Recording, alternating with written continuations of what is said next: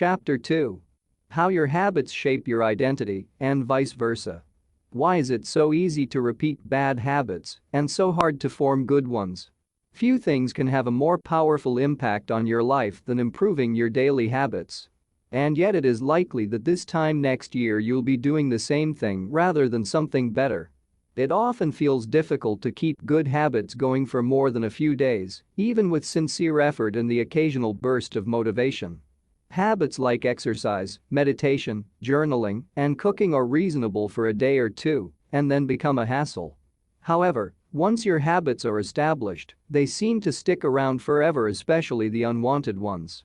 Despite our best intentions, unhealthy habits like eating junk food, watching too much television, procrastinating, and smoking can feel impossible to break. Changing our habits is challenging for two reasons. 1. We try to change the wrong thing, and 2. We try to change our habits in the wrong way. In this chapter, I'll address the first point. In the chapters that follow, I'll answer the second. Our first mistake is that we try to change the wrong thing. To understand what I mean, consider that there are 3 levels at which change can occur. You can imagine them like the layers of an onion. 3 layers of behavior change. There are 3 layers of behavior change. A change in your outcomes, a change in your processes, or a change in your identity. The first layer is changing your outcomes. This level is concerned with changing your results. Losing weight, publishing a book, winning a championship. Most of the goals you set are associated with this level of change. The second layer is changing your process. This level is concerned with changing your habits and systems. Implementing a new routine at the gym, decluttering your desk for better workflow, developing a meditation practice. Most of the habits you build are associated with this level. The third and deepest layer is changing your identity.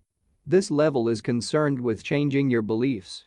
Your worldview, your self-image, your judgments about yourself and others. Most of the beliefs, assumptions, and biases you hold are associated with this level. Outcomes are about what you get. Processes are about what you do. Identity is about what you believe.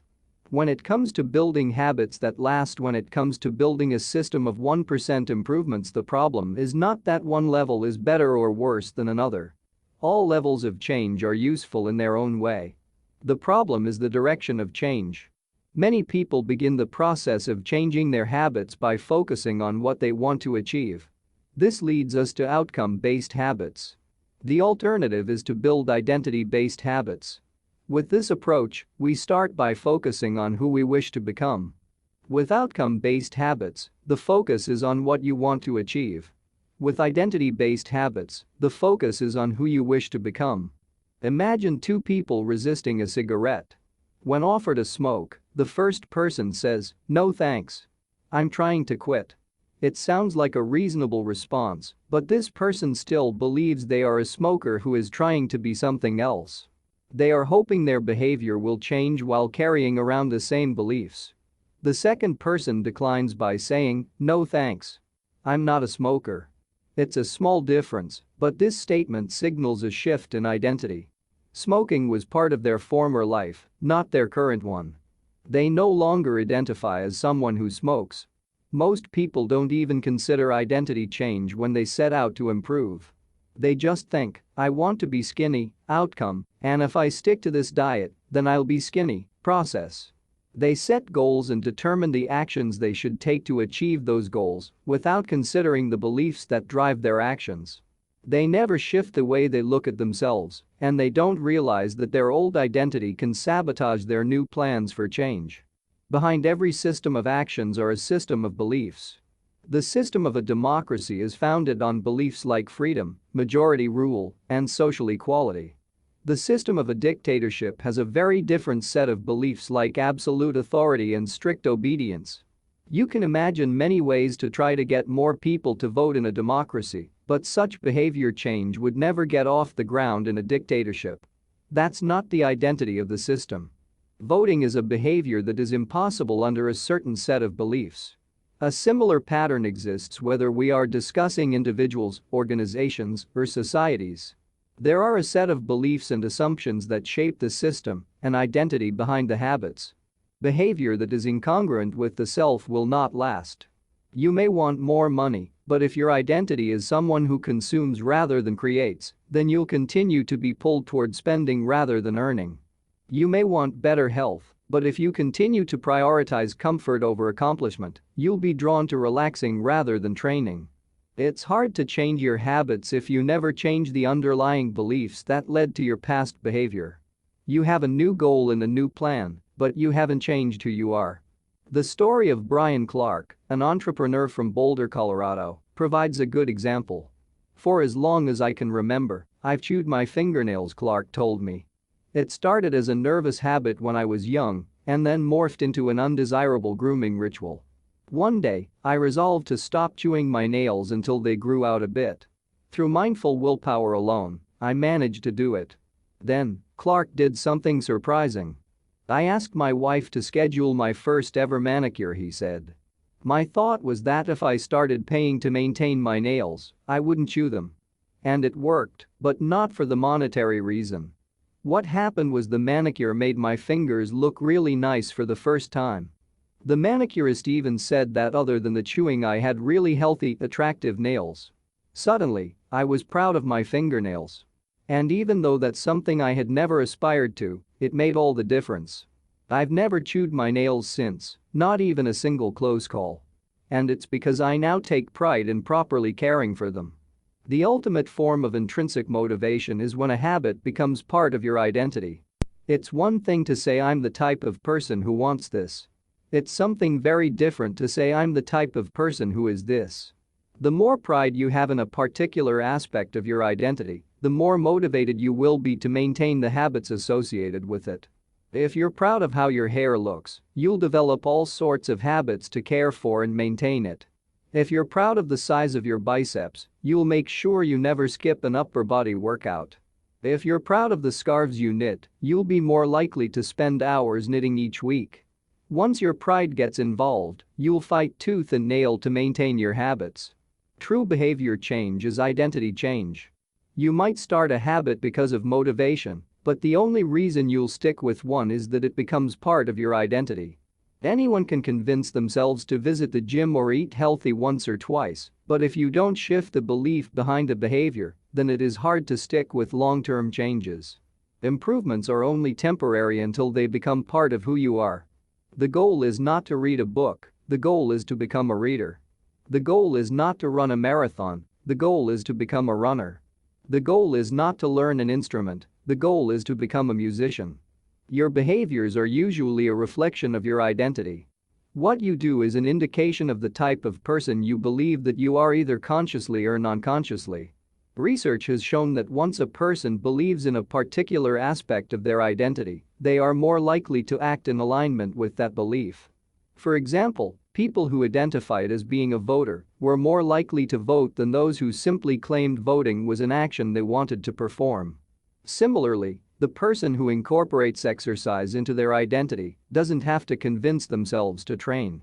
Doing the right thing is easy.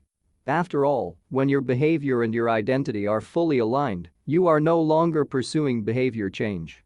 You are simply acting like the type of person you already believe yourself to be. Like all aspects of habit formation, this too is a double-edged sword. When working for you, identity change can be a powerful force for self-improvement. When working against you, though, identity change can be a curse. Once you have adopted an identity, it can be easy to let your allegiance to it impact your ability to change. Many people walk through life in a cognitive slumber, blindly following the norms attached to their identity. I'm terrible with directions. I'm not a morning person. I'm bad at remembering people's names. I'm always late. I'm not good with technology. I'm horrible at math. And 1,000 other variations. When you have repeated a story to yourself for years, it is easy to slide into these mental grooves and accept them as a fact. In time, you begin to resist certain actions because that's not who I am. There is internal pressure to maintain your self-image and behave in a way that is consistent with your beliefs. You find whatever way you can to avoid contradicting yourself. The more deeply a thought or action is tied to your identity, the more difficult it is to change it. It can feel comfortable to believe what your culture believes, group identity, or to do what upholds your self-image, personal identity, even if it's wrong. The biggest barrier to positive change at any level, individual, team, society, is identity conflict. Good habits can make rational sense, but if they conflict with your identity, you will fail to put them into action. On any given day, you may struggle with your habits because you're too busy or too tired or too overwhelmed or hundreds of other reasons.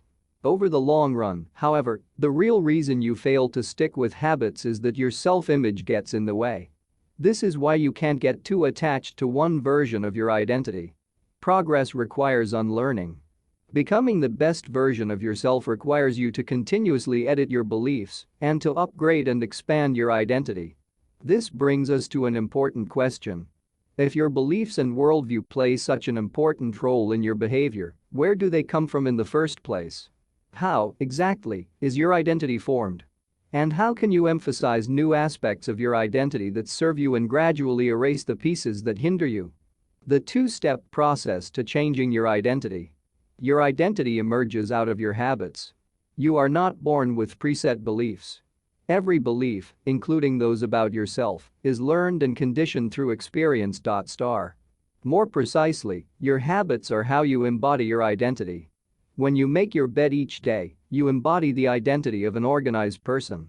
When you write each day, you embody the identity of a creative person. When you train each day, you embody the identity of an athletic person.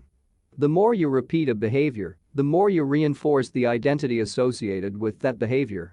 In fact, the word identity was originally derived from the Latin words essentitas, which means being, and identitam, which means repeatedly.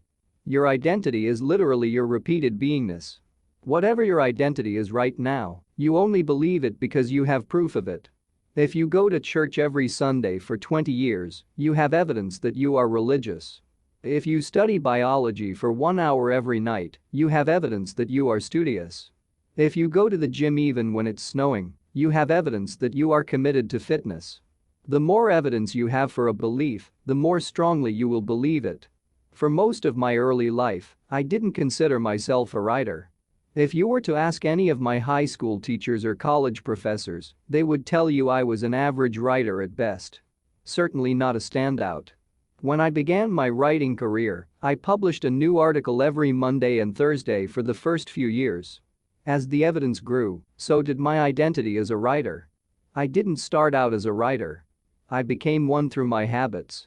Of course, your habits are not the only actions that influence your identity, but by virtue of their frequency, they are usually the most important ones.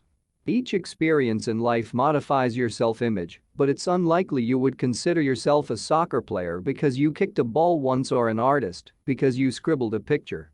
As you repeat these actions, however, the evidence accumulates and your self-image begins to change. The effect of one-off experiences tends to fade away, while the effect of habits gets reinforced with time, which means your habits contribute most of the evidence that shapes your identity. In this way, the process of building habits is actually the process of becoming yourself. This is a gradual evolution. We do not change by snapping our fingers and deciding to be someone entirely new. We change bit by bit, day by day, habit by habit. We are continually undergoing microevolutions of the self. Each habit is like a suggestion. Hey, maybe this is who I am. If you finish a book, then perhaps you are the type of person who likes reading. If you go to the gym, then perhaps you are the type of person who likes exercise. If you practice playing the guitar, perhaps you are the type of person who likes music. Every action you take is a vote for the type of person you wish to become. No single instance will transform your beliefs, but as the votes build up, so does the evidence of your new identity. This is one reason why meaningful change does not require radical change. Small habits can make a meaningful difference by providing evidence of a new identity. And if a change is meaningful, it actually is big. That's the paradox of making small improvements. Putting this all together, you can see that habits are the path to changing your identity. The most practical way to change who you are is to change what you do. Each time you write a page, you are a writer. Each time you practice the violin, you are a musician. Each time you start a workout, you are an athlete. Each time you encourage your employees, you are a leader. Each habit not only gets results, but also teaches you something far more important. To trust yourself. You start to believe you can actually accomplish these things. When the votes mount up and the evidence begins to change, the story you tell yourself begins to change as well. Of course, it works the opposite way, too. Every time you choose to perform a bad habit, it's a vote for that identity. The good news is that you don't need to be perfect. In any election, there are going to be votes for both sides. You don't need a unanimous vote to win an election, you just need a majority. It doesn't matter if you cast a few votes for a bad behavior or an unproductive habit.